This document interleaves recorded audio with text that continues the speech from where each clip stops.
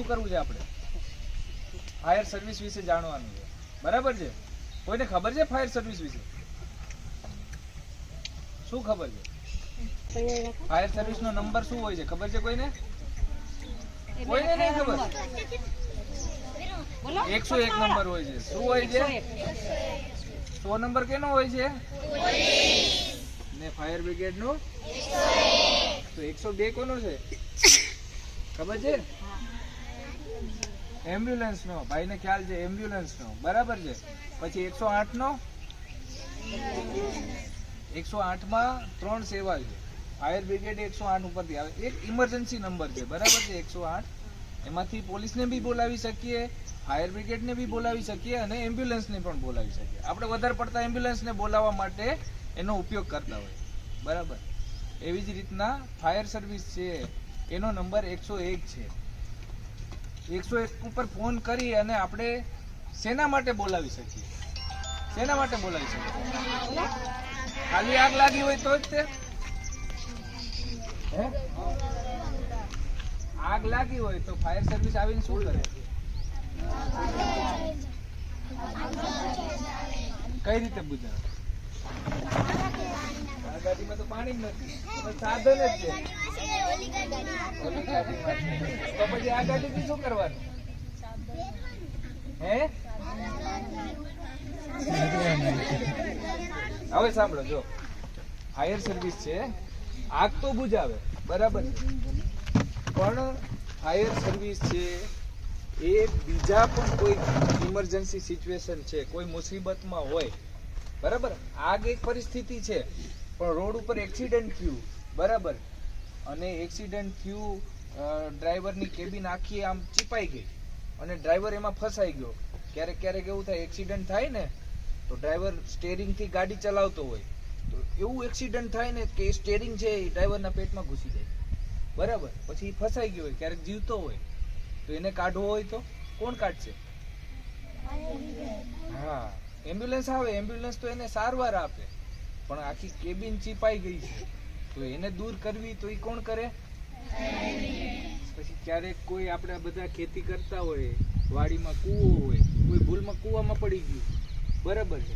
તરતા આવડે છે પણ ઉપર ચડતા નથી આવડતું તો એને કોણ બહાર કાઢે?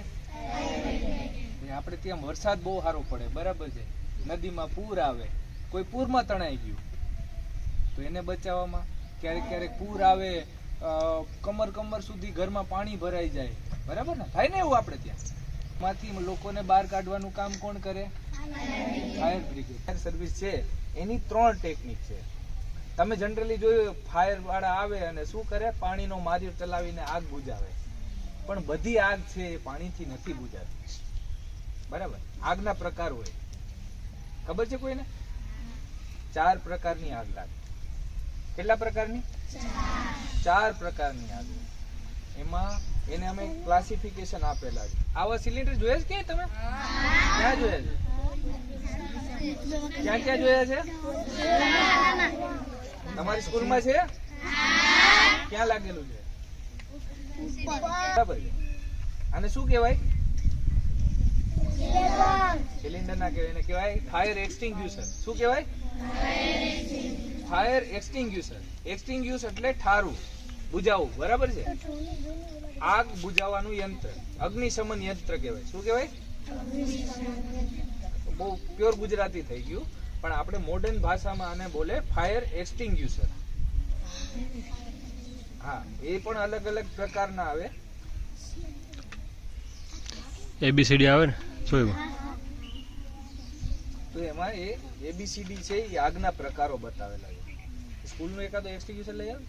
હવે સામાન્ય રીતે જે આપણે ત્યાં આગ લાગે ને એ ક્લાસ A ની ફાયર કહેવાય, સોલિડ ફાયર. ઘન પદાર્થોમાં જે આગ લાગે ને, ઘન પદાર્થ કેવા? તો કે કાપડ છે, કાગળ છે, રબર છે, એવી કોઈ પણ સોલિડ વસ્તુ જે સામાન્ય રીતે આપણે અહીંયા મળી આવતી હોય. કપડામાં આગ લાગે, બરાબર? પડદા હળગી જાય ક્યારે, બરાબર? તો આવી આગ લાગે એને કહેવાય સોલિડ ફાયર, ક્લાસ A. એમાં જનરલી આપણે ત્યાં વધારે પડતી ક્લાસ A ની ફાયર થતી હોય, એટલે સૌથી વધારે ફાયર સર્વિસ છે એ પાણીનો ઉપયોગ કરતા હોય. પછી બીજા પ્રકારની આગ છે લિક્વિડ ફાયર, ક્લાસ બી. પેટ્રોલ, ડીઝલ, કેરોસીન શું છે? બધું લિક્વિડ છે, સળગે ને બધું. તો એમાં આગ લાગે તો એમાં પાણી મારીએ તો એ જે લિક્વિડ છે, પેટ્રોલ, કોઈ ગ્લાસ ભર્યો છે પાણીનો, એની અંદર તમે પાણી નાખશો, પેટ્રોલ નાખશો, બરાબર છે, તો પેટ્રોલ ઉપર રહે, પાણી નીચે રહે. તો ક્યારે એવું થાય કે કોઈ પેટ્રોલનું ટેન્કર છે એ જાતું હોય ને રસ્તા ઉપર, જોઈએ છે ટાંકા ભારત પેટ્રોલિયમ લખેલું હોય, એવો ટાંકો કોઈ રસ્તા ઉપર પલટી મારી ગયો અને એમાંથી પેટ્રોલ નીકળવા માંડ્યું અને કોઈ આજુબાજુમાં કોઈ બીડી સળગાવીને ફેંકી દીધી અને એ સળગવા માંડ્યો. હવે એમાં આપણે પાણી મારીએ તો પાણી તો નીચે જતું રહે, બરાબર, અને પેટ્રોલ ઉપર આવી જાય તો એ ઠરે નહીં. ઉલટાનું શું થાય? પાણીને લીધે એ વધારે ફેલાય, રેલો થાય ને, તો એમાં આગ વધી જતી હોય. એટલે બધી જગ્યાએ આપણે પાણીનો ઉપયોગ કરી શકીએ નહીં. આ પહેરી લો તો તમે પાણીમાં તરો. તમને તરતા ના આવડતું હોય તો પણ તમે પાણીમાં તરો. આપણે અહીંયા દેશી ઓલા કેરબા બાંધીને તરે, બરાબર છે. આ એનું થોડુંક લેટેસ્ટ વર્ઝન છે, બરાબર. પછી આ છે, આને કહેવાય ફાયરમેન એક્સ, બરાબર. ક્યાંય પણ આગ લાગી હોય તો અમે લોકો વધારે પડતો પાણીનો ઉપયોગ કરીએ. તો પાણી છે એ ગુડ કંડક્ટર ઓફ ઇલેક્ટ્રિસિટી, બરાબર છે, વીજળીનો વાહક છે. તો ક્યારે એવું પાણી ઇલેક્ટ્રિકની લાઈન જતી હોય અથવા તો ઘરમાં ઇલેક્ટ્રિસિટી ચાલુ હોય અને જો સીધો પાણીનો મારો કરીએ તો શોર્ટ સર્કિટ થાય, ક્યારેક અમને પણ શોર્ટ લાગવાની શક્યતા થાય.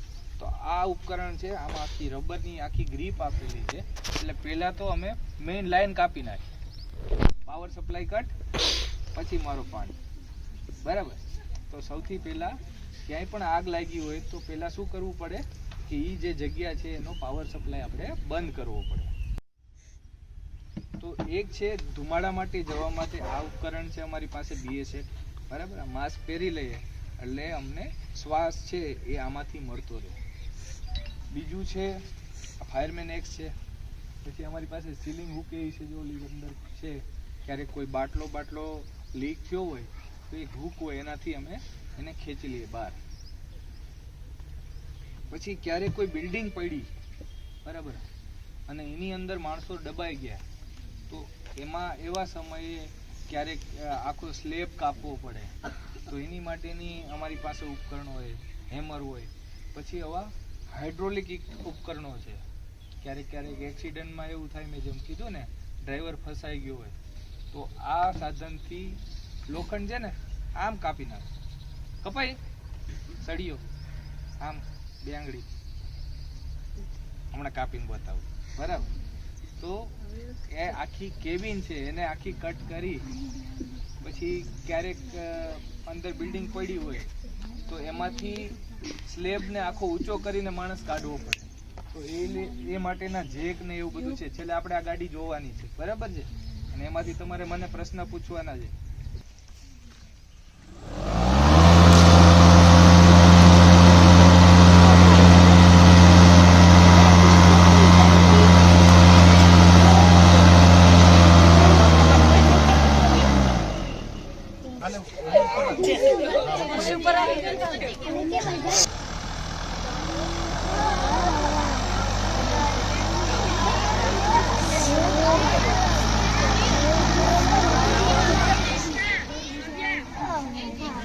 તો આનો આપણે હવા ખાવા સિવાય બીજા ઉપયોગ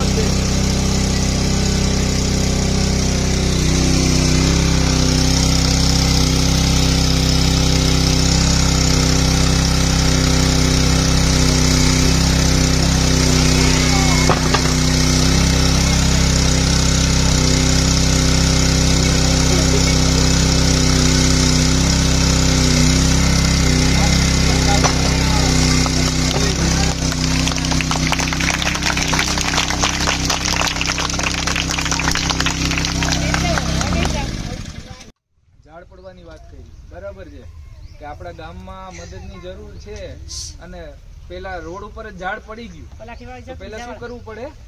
ઝાડને હટાવવું પડે. તો આ જે છે એને ચેનસો કહેવાય. શું કહેવાય? ચેનસો.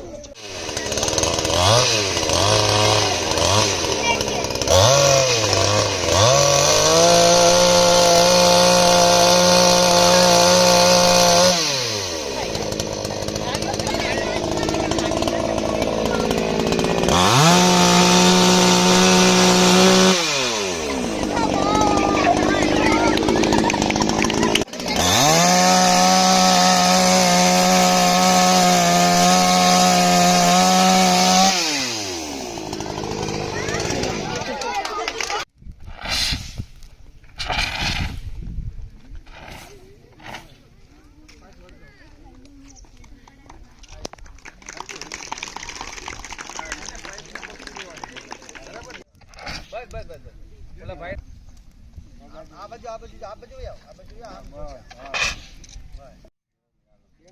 એકાદા મેડમ આવી જાવ.